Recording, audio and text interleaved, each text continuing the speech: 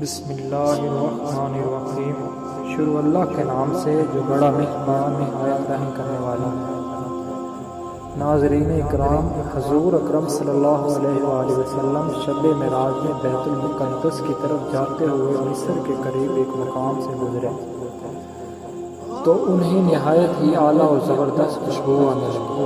آپ صلی اللہ علیہ وآلہ وسلم نے حضرت جبرائیل علیہ السلام سے پوچھا کہ یہ خوشبو کیسی ہے؟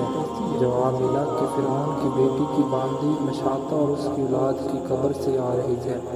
پھر حضرت جبرائیل علیہ السلام نے اس کا قصہ بیان کیا کہ مشاطہ فرعون کی بیٹی کی خادمہ تھی اور وہ خفیہ طور پر اسلام لا چکی تھی۔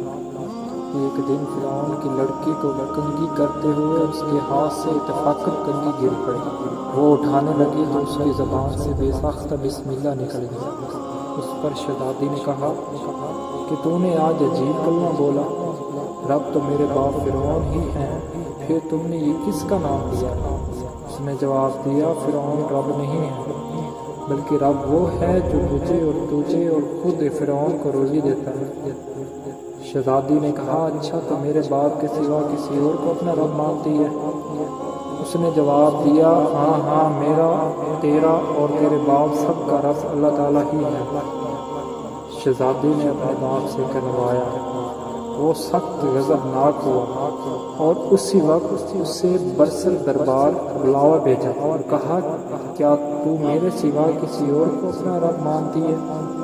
اس نے کہا، ہاں کہ میرا اور تیرا رب اللہ تعالیٰ ہی ہے جو بلندی اور بزرگی والا ہے۔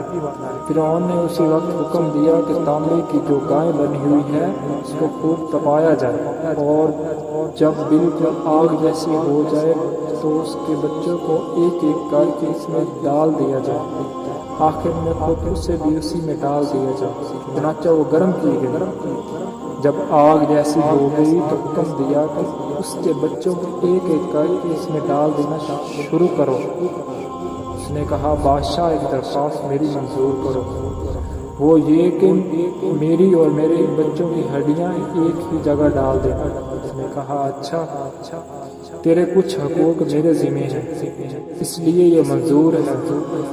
اس کی دونوں بچیاں اس کی آنکھوں کے سامنے اس میں ڈال دی گئی اور وہ فوراً جل کر راکھ ہو گئے۔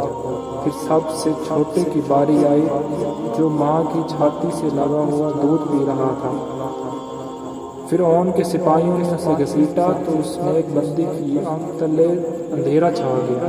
اللہ تعالیٰ نے اس بچے کو اسی وقت زبان دی۔ اس نے بآواز بلند کہا، اماں جان افسوس نہ کر، اماں جان ذرا بھی پس و پیش نہ کرو، حق پر جان دینا ہی سب سے بڑی نیکی ہے۔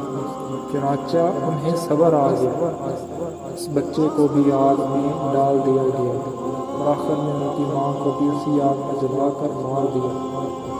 یہ خوشبو کی مہکیں کسی کے جنتی محل سے آ رہی ہیں۔ سبحان اللہ۔ اللہ ہم سب کو ایمان پر قائم رہنے کی توفیق عطا فرمائے۔ آمین۔